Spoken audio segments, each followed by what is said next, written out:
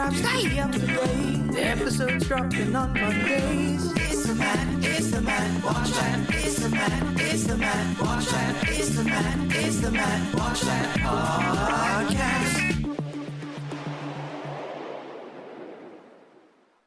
And welcome to the Matt Watch That podcast. I'm your host, Matt Seroski, filmmaker, film fan.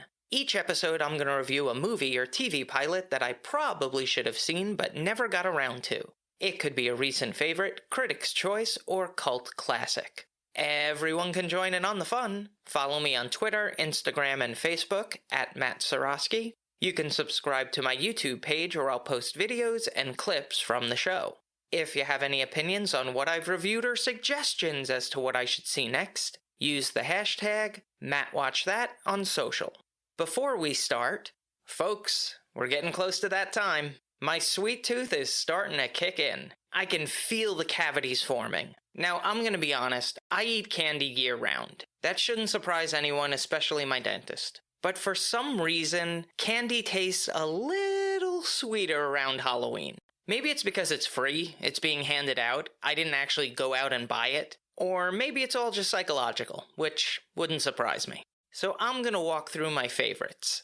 Coming in at number 5, M&M's, Tried and True. I have to put it in the top 5 because I just eat it so often. After dinner topper, throw in a couple of M&M's. Vanilla ice cream a little bland, throw on some M&M's. It's the one candy that I eat the most. Number 4, Milky Ways. I'm really not a fan of caramel, or caramel for all you weirdos, but put it into milk chocolate and I am all for it. Apparently this next one is controversial, but Three Musketeers. Until I saw it trending on Twitter, I had no idea that Three Musketeers was the low bar of candy. But I agree with Dustin from Stranger Things. Top 3 candy bar.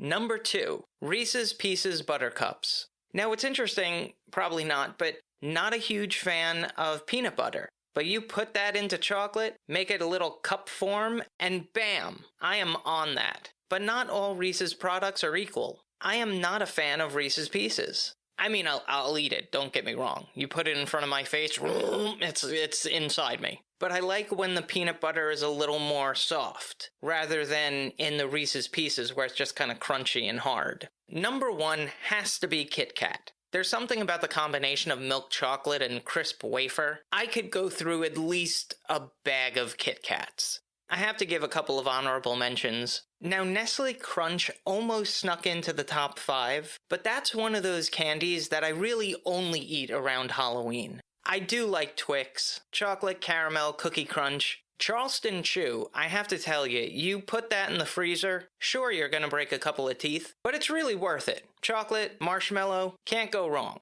A sleeper candy bar, the 100 Grand. Chocolate, chewy caramel, crunchy crisp rice. It's delicious, though that's a candy I can't have too many of. 3 and I'm down on the couch for like 8 hours. So what's your favorite Halloween candy? Hit me up on Facebook or Twitter using the hashtag MattWatchThat.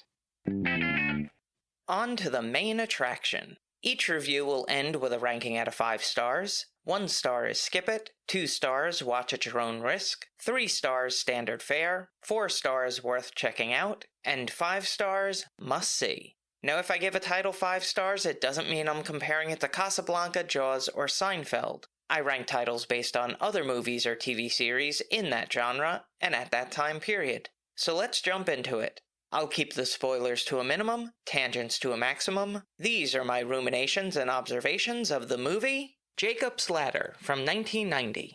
It was directed by Adrian Lyne, who helmed Flashdance, 9.5 Weeks, Indecent Proposal, and was nominated for an Academy Award for Best Director of Fatal Attraction. The screenplay was written by Bruce Joel Rubin, who scribed Deep Impact, Stuart Little 2, The Last Mimsy, and won an Academy Award for Best Screenplay written for the screen for Ghost. Now for a little trivial trivia. Jacob's Ladder was the inspiration for the video game franchise Silent Hill. The movie starts off in the jungles of the Mekong Delta. A group of US soldiers are attacked with a combination of bullets and chemical warfare. It's truly brutal imagery and a bang-up way to begin a film. It transitions to present day where Jacob Singer wakes up on a New York City subway. Very brave of him to fall asleep. He sees disturbing imagery like a homeless person with an additional appendage, figures in white masks with black eyes. You kind of assume this might be PTSD.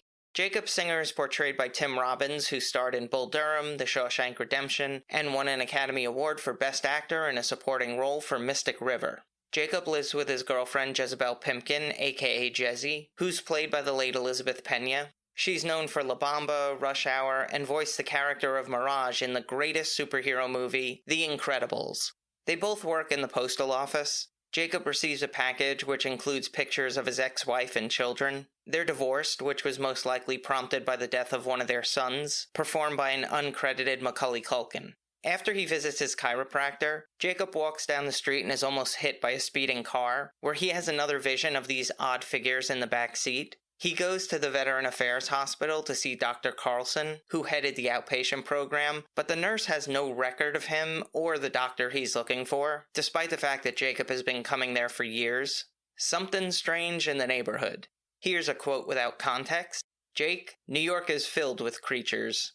Jacob and Jezzy attend a party where a palm reader, played by Asa Murkison, tells him that he's already dead. If that's a spoiler, I'm probably going to be a little pissed. While people are dancing, he has another episode which triggers flashbacks and disturbing imagery, leading to Jacob becoming sick. He's given an ice bath to lower his fever. When he wakes up, he's in bed with his wife Sarah. Is this a hallucination from the fever? Or is this reality? Or an alternative reality? This is something to look out for. Actors also appearing in this movie are Jason Alexander, Eric LaSalle, Ving Rhames, and Louis Black. Yes, comedian Louis Black. Jacob's Ladder is a mind mess of a movie. You're never really sure if what you're watching is reality.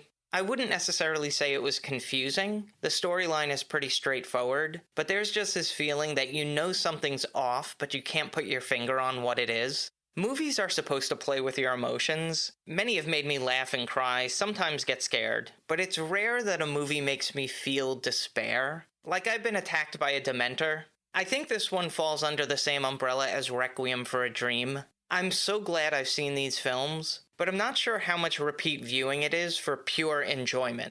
I really think it's brilliant filmmaking all around. I was never bored, it kept my interest. I didn't know what was going on, but that's okay. This is a type of movie that doesn't get made anymore. It's for adults. It's a mature movie. It makes you think, challenges you a little. It doesn't insult your intelligence.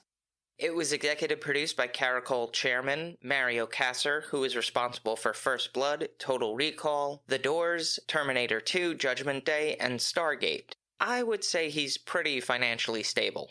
The cinematography was captured by Jeffrey L. Kimball, whose filmography includes Top Gun, Beverly Hills Cop 2, Electric Boogaloo, True Romance, and The Expendables. There were some really nice shots and off-putting imagery. I always love a rack focus where things are blurry and then it becomes clear. They did it really nicely with a shot of a spider's web.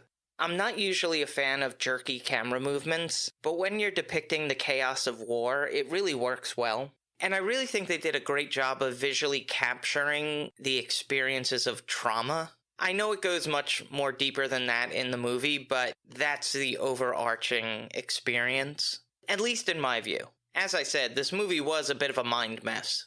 It was edited by Tom Ralph, who's known for Taxi Driver, War Games, Heat, and won an Academy Award for Best Film Editing of The Right Stuff. A movie I want to see, but 3 hours and 13 minutes, come on, man.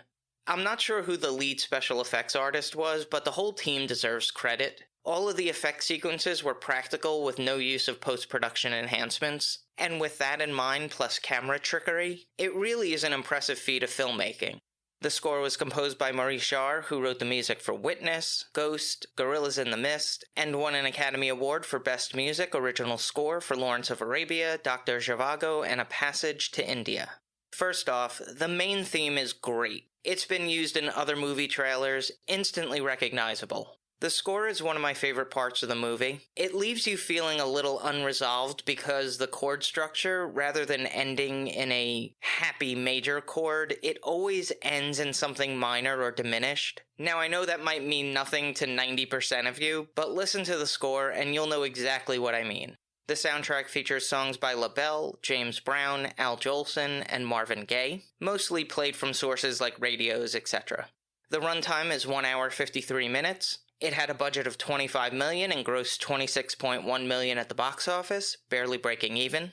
Ultimately, the movie comes down to Whirlybird, Prophets, Mr. Postman, Hot-Blooded, To Tell the Truth, Lucky Day, Demons, War Games, Survivors, and Sonny Boy. I give it 3 3/4 out of 5 stars. Add half a star if you're an amateur filmmaker. This is required viewing. A remake was released in 2019 because why not? If you've seen Jacob's Ladder and have opinions on the movie, let me know what you think using the hashtag MattWatchThat. Moving right along. Each episode I'm going to post clips that I think people should watch. It could be movie trailers, music videos, interviews, or something completely random. Search for my YouTube page and there'll be a playlist called Matt Watch That Playback. As I mentioned in episode 13, I'm a huge fan of movie scores. They are modern classical music to me. It's great having on in the background as I work.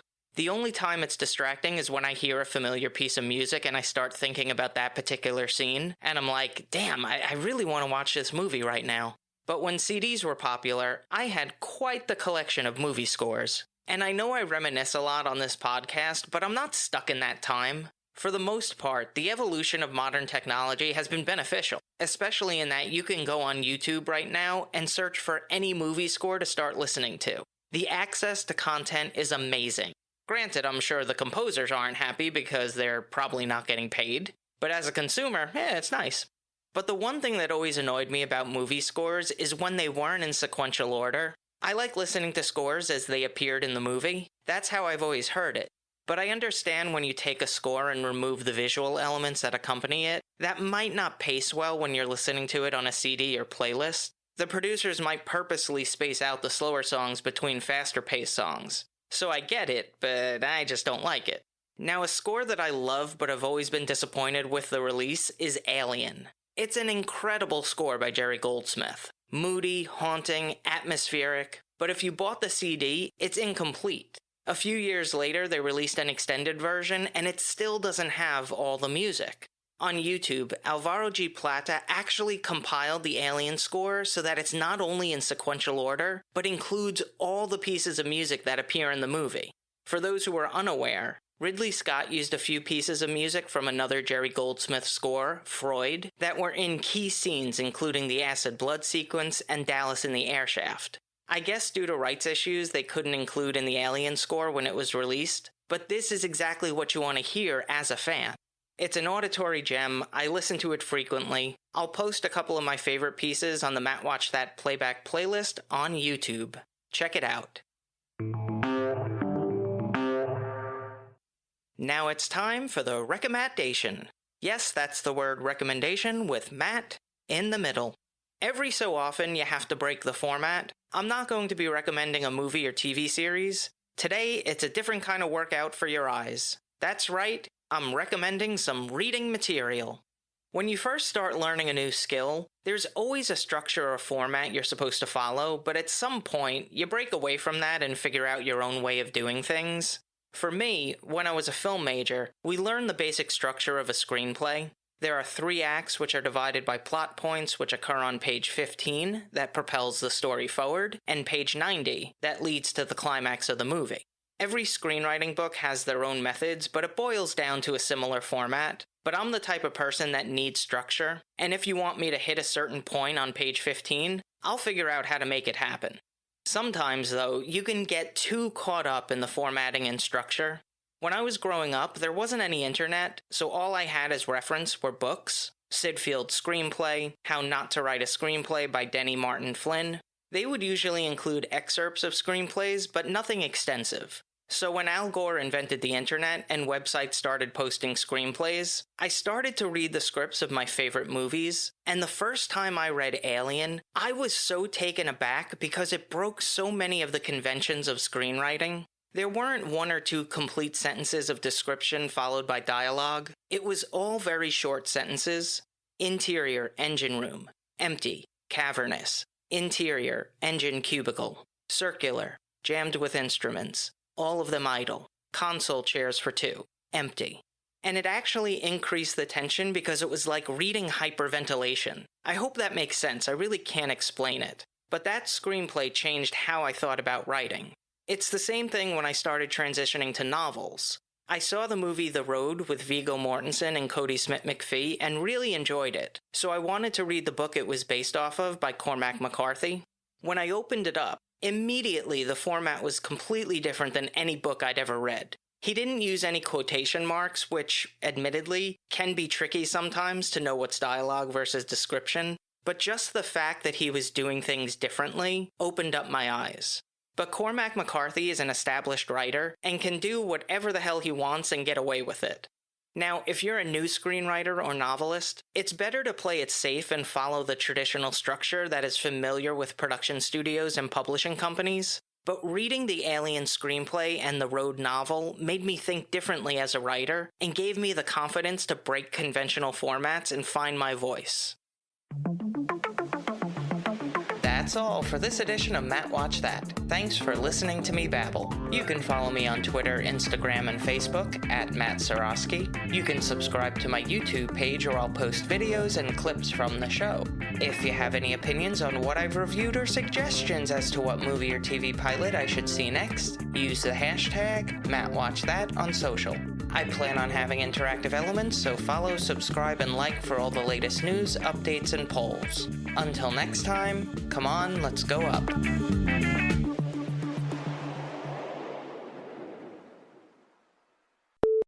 And I know I reminisce? Remelama-ding-dong. They would usually include excerpts. She's known for La Bamba, Rush Hour, and voiced the character of Mirage in the greatest superhero movie, The Expendables. No, not The Expendables.